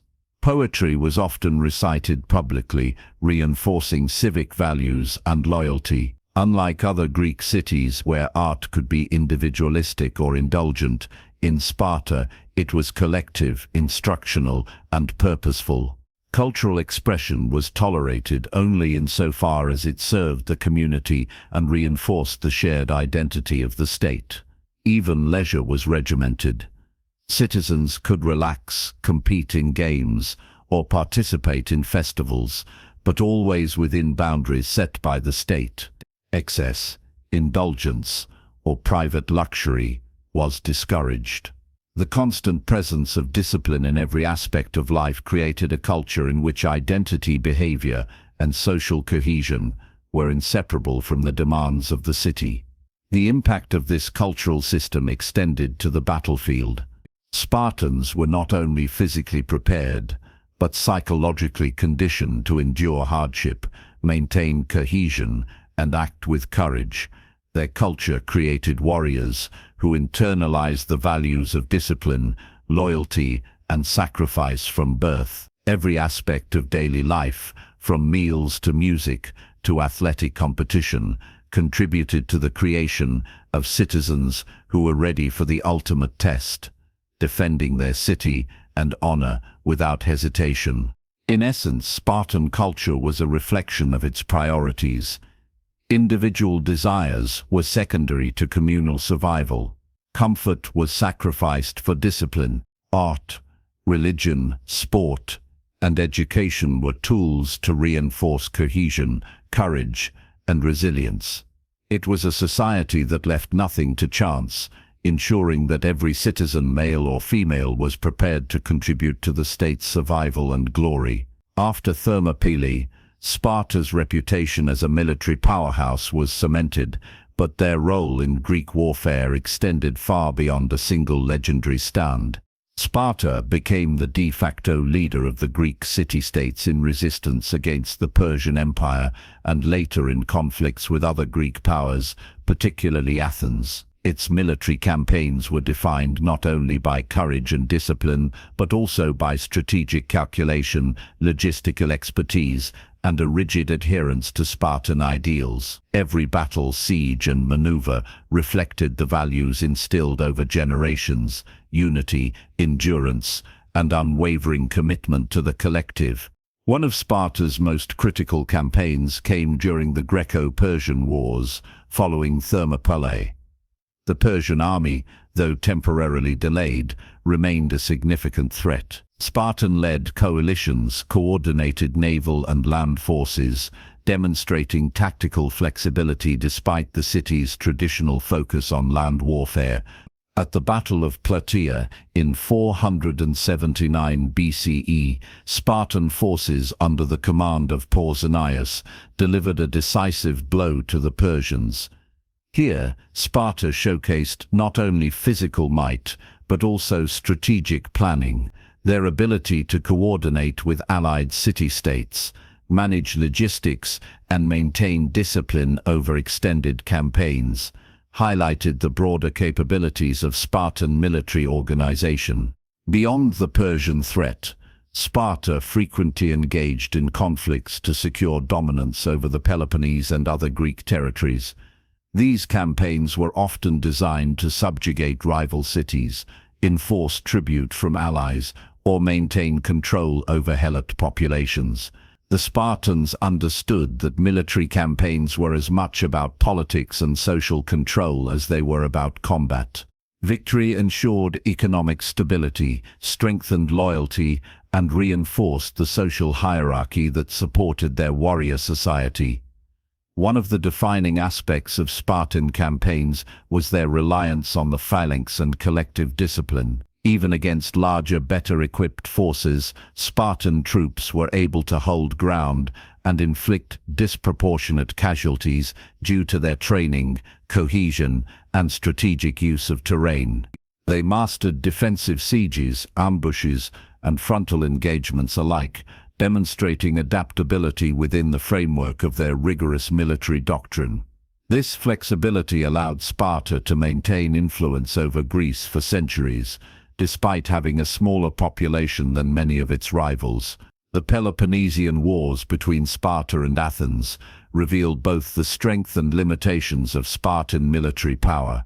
Sparta led the Peloponnesian League against the Delian League, engaging in prolonged campaigns that combined land sieges and strategic blockades. While Athens excelled in naval warfare, Sparta's land-based dominance, disciplined infantry, and reputation for unbreakable cohesion often counterbalanced Athenian advantages. Leaders like Brasidas and Lysander extended Spartan influence, winning battles through strategy and careful coordination, demonstrating that Spartan power was not solely dependent on individual heroism, but on systemic excellence. Spartan campaigns also involved psychological warfare. Their reputation for cruelty, discipline, and unwavering courage often intimidated opponents before battle even began. Neighboring states and enemies knew that Spartan forces were relentless, disciplined, and willing to fight to the last man. This psychological edge amplified their effectiveness on the battlefield. In many cases, fear of Spartan retaliation maintained loyalty and obedience among allies and subjugated populations without requiring constant military engagement. Another key factor in Spartan campaigns was logistics and preparation.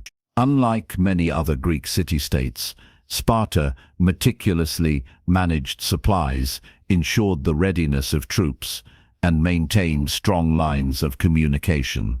Soldiers were trained to march long distances, endure harsh conditions, and fight in formation for extended periods. Their ability to sustain campaigns without losing cohesion reflected centuries of disciplined training, rigorous societal organization, and strategic foresight.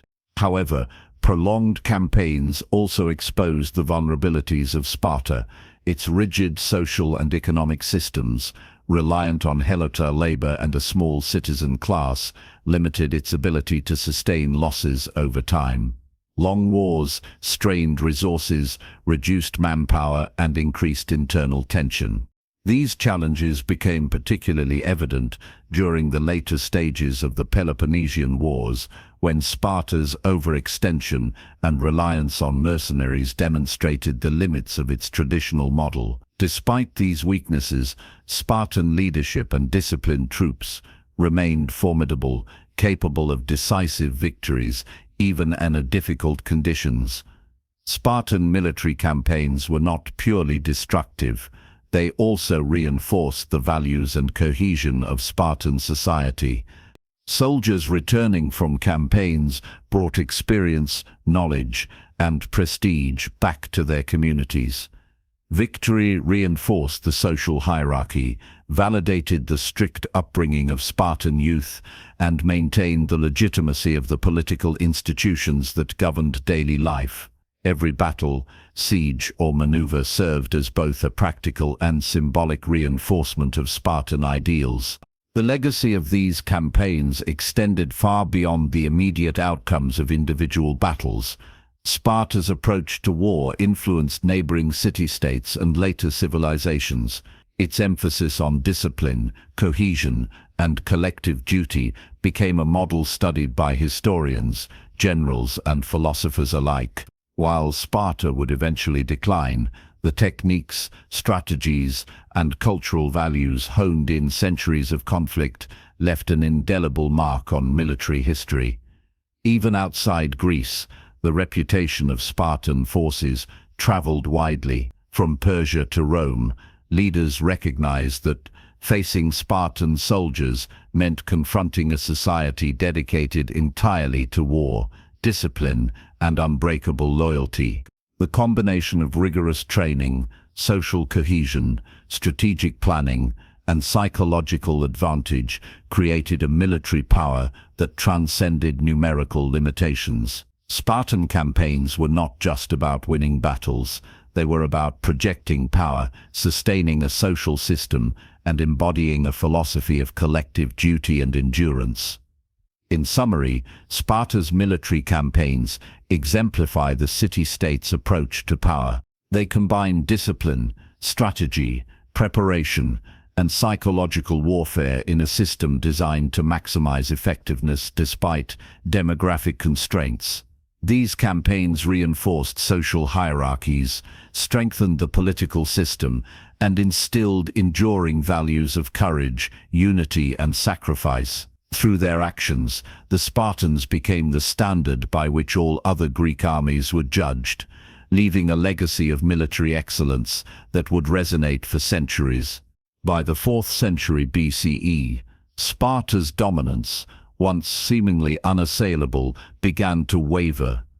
The factors that had made the city-state extraordinary, its rigid social system, reliance on helot labor, and obsessive focus on military training, also contained the seeds of decline. Over time, internal pressures, demographic shifts, and the rise of rival powers gradually eroded Sparta's supremacy, demonstrating that even the most disciplined societies are vulnerable to change.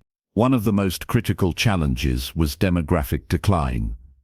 The stringent requirements for full citizenship meant that the number of Spartiates, the elite warrior class, steadily decreased. Sons who failed to meet the agoge standards, who could not contribute to communal messes, or who displayed cowardice, were stripped of citizenship.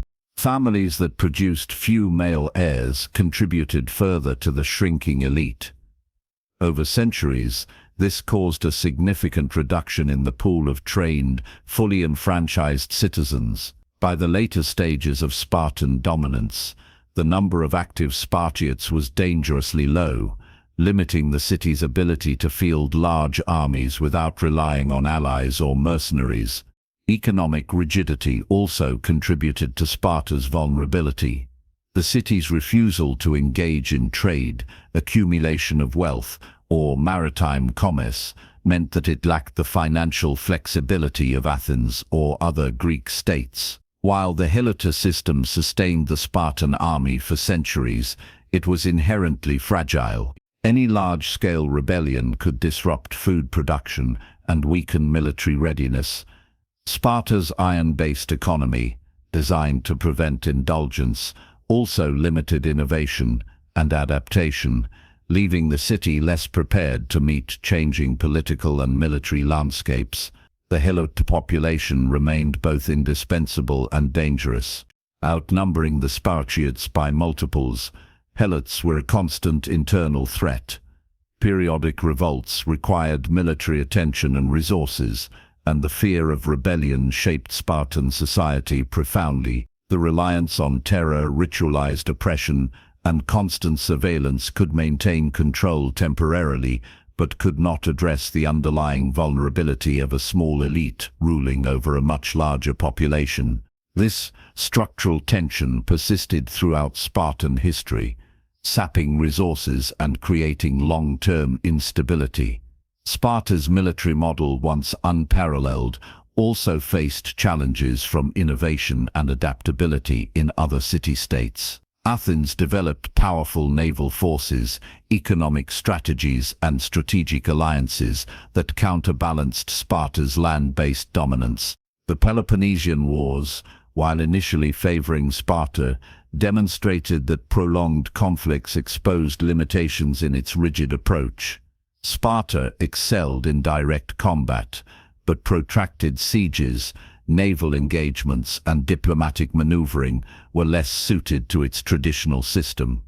Competitors learned to exploit these weaknesses, and over time, Sparta could no longer rely solely on its legendary phalanx and discipline. Political rigidity contributed further to decline. The dual monarchy, ephors, gerougia, and assembly had maintained stability for centuries, but they were ill-equipped to respond to the rapid social and military changes of the later classical period. Innovation was discouraged, and deviation from tradition was often punished. While this system preserved cohesion during periods of external threat, it limited flexibility when adapting to new challenges. Sparta's conservative approach, which had once been its greatest strength, increasingly became a liability. One of the most significant blows to Spartan dominance came during the Battle of Leuctra in 371 BCE. The Thebans, under the command of Epaminondas, decisively defeated the Spartans, using innovative tactics that broke the traditional phalanx. The battle exposed the limitations of Sparta's rigid military system and the vulnerability of its declining citizen army. It also demonstrated that Sparta's reputation, while still formidable, could no longer guarantee victory. This defeat shifted the balance of power in Greece, marking the beginning of the city-state's decline as the dominant force in the Peloponnese. Internal social pressures exacerbated these challenges.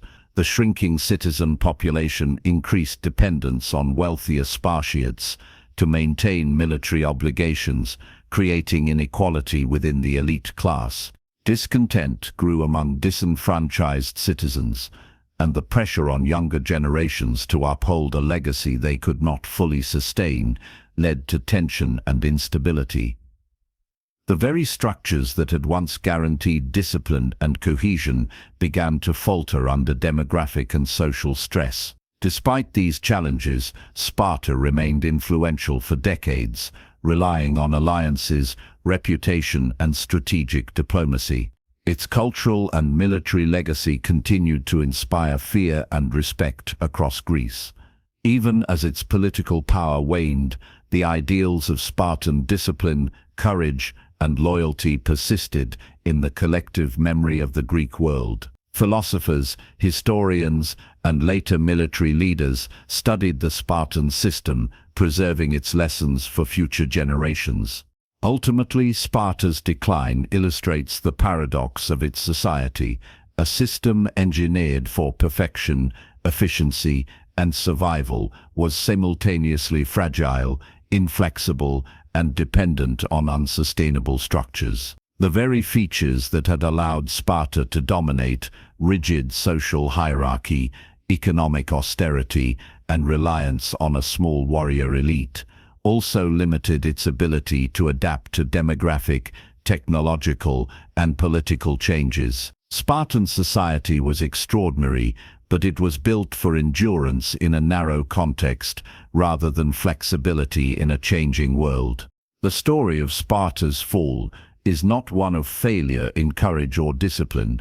Rather, it is a cautionary tale about the limits of rigidity, the dangers of over-reliance on unsustainable systems, and the inevitability of change. Sparta's warriors remained legendary, its culture inspiring, and its social experiment remarkable, but even the mightiest city-state cannot escape the pressures of time and evolution. Sparta's legacy extends far beyond its historical borders, influencing military theory, philosophy, education, and even modern culture. Its reputation as a city of warriors, discipline, and sacrifice has fascinated historians, strategists, and storytellers for centuries. Sparta represents the idea that a society can organize itself entirely around a single purpose, demonstrating both the power and the perils of extreme specialization. Its impact on Western civilization is subtle yet profound, shaping concepts of citizenship, military training, and social cohesion. One of Sparta's most enduring contributions lies in military theory. The phalanx, with its emphasis on cohesion, discipline, and mutual responsibility, became a model studied by armies long after the classical period.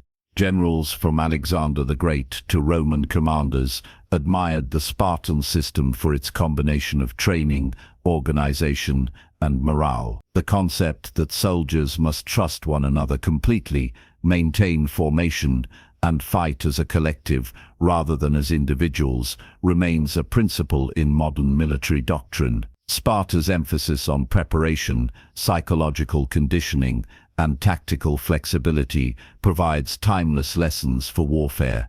Beyond tactics, Sparta influenced ideas of citizenship and civic duty.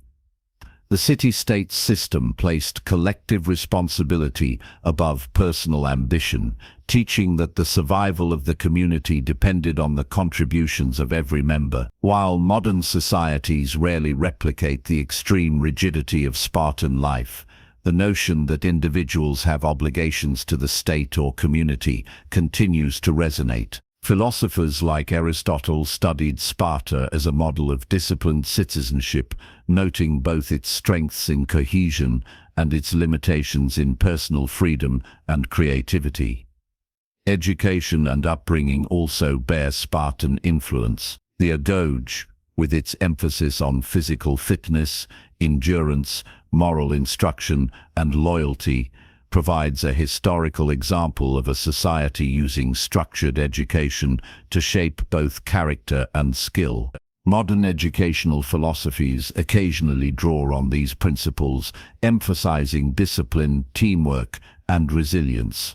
Even in contemporary sports and military academies, elements of Spartan training, mental toughness, physical rigor, and collective accountability remain relevant. Spartan culture has also shaped literature, art, and popular imagination. From classical historians like Herodotus and Plutarch to modern films and novels, the image of the Spartan warrior as disciplined, brave, and almost superhuman continues to captivate audiences. Stories of Thermopylae, the 300 Spartans, and the rigor of daily life are retold as symbols of courage, sacrifice, and the triumph of will over overwhelming odds. These narratives have inspired generations, embedding the Spartan ethos into the cultural consciousness far beyond ancient Greece. The influence of Spartan women is another often overlooked aspect of their legacy.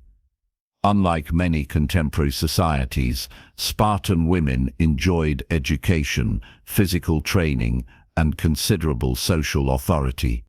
They managed estates, oversaw economic affairs, and raised children capable of meeting the city's demanding standards.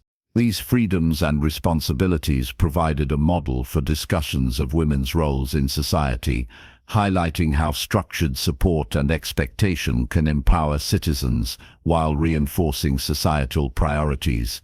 Even Sparta's political and social organization has served as a point of study. Scholars examine the dual monarchy, ephorate, gerousia, and assembly as examples of governance designed to maintain stability, balance power, and enforce discipline. While no modern state mirrors Sparta's rigidity, the city-state demonstrates how institutions can be engineered to serve specific societal goals, offering insights into the relationship between governance, social hierarchy, and collective identity. Sparta's lessons are not only about strength, but also about caution.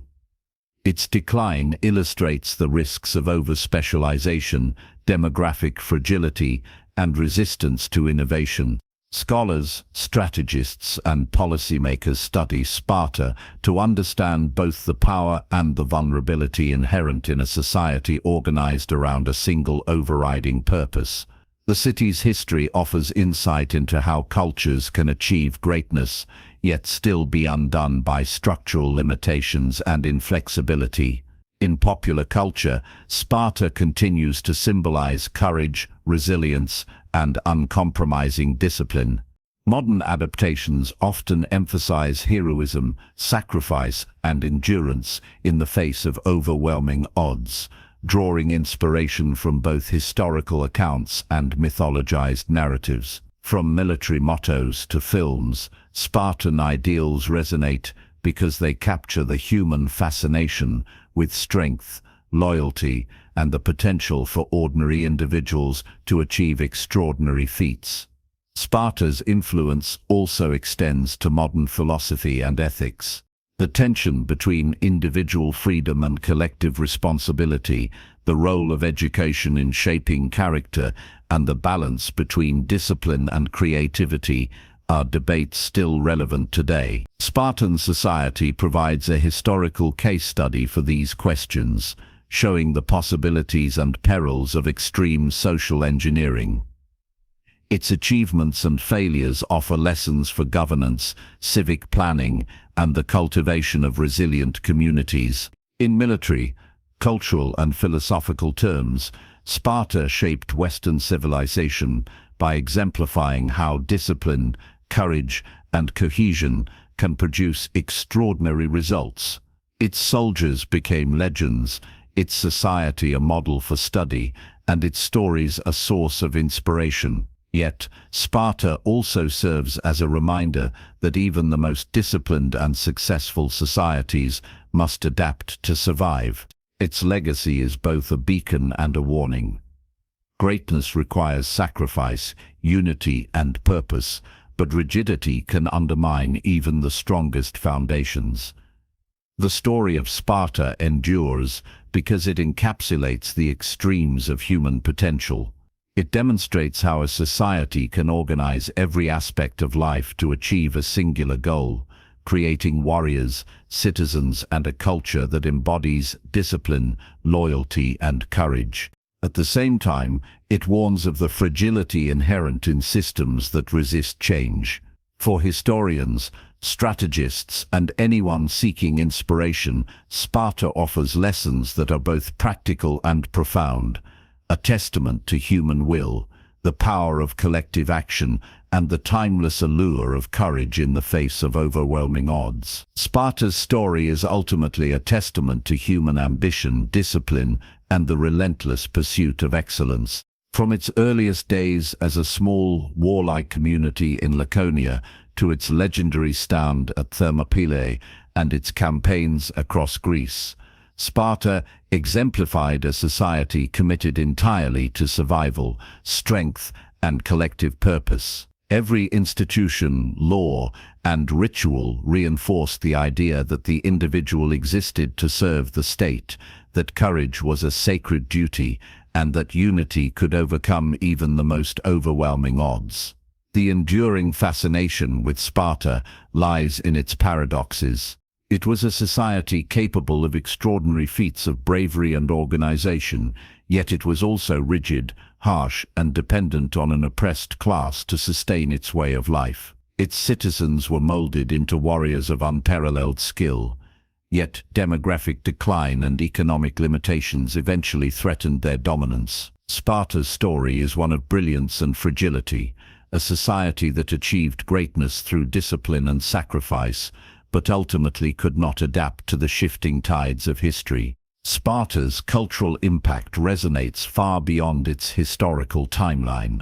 The stories of its warriors, the discipline instilled in its citizens, and the sacrifices made at Thermopylae continue to inspire generations. Military strategists study their tactics, philosophers analyze their social structure, educators examine their methods of training and moral instruction.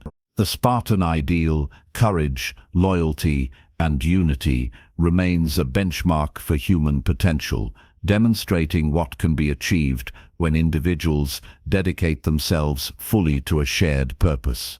Even today, Sparta symbolizes resilience and the power of collective identity. Its legacy is visible in military academies, leadership training, literature, and popular culture. From the disciplined phalanx to the courage of 300 men at Thermopylae, the Spartan example offers lessons in endurance, teamwork, and moral fortitude. It reminds us that true strength is not measured solely by numbers or wealth, but by the cohesion, discipline, and resolve of those who stand together for a greater cause.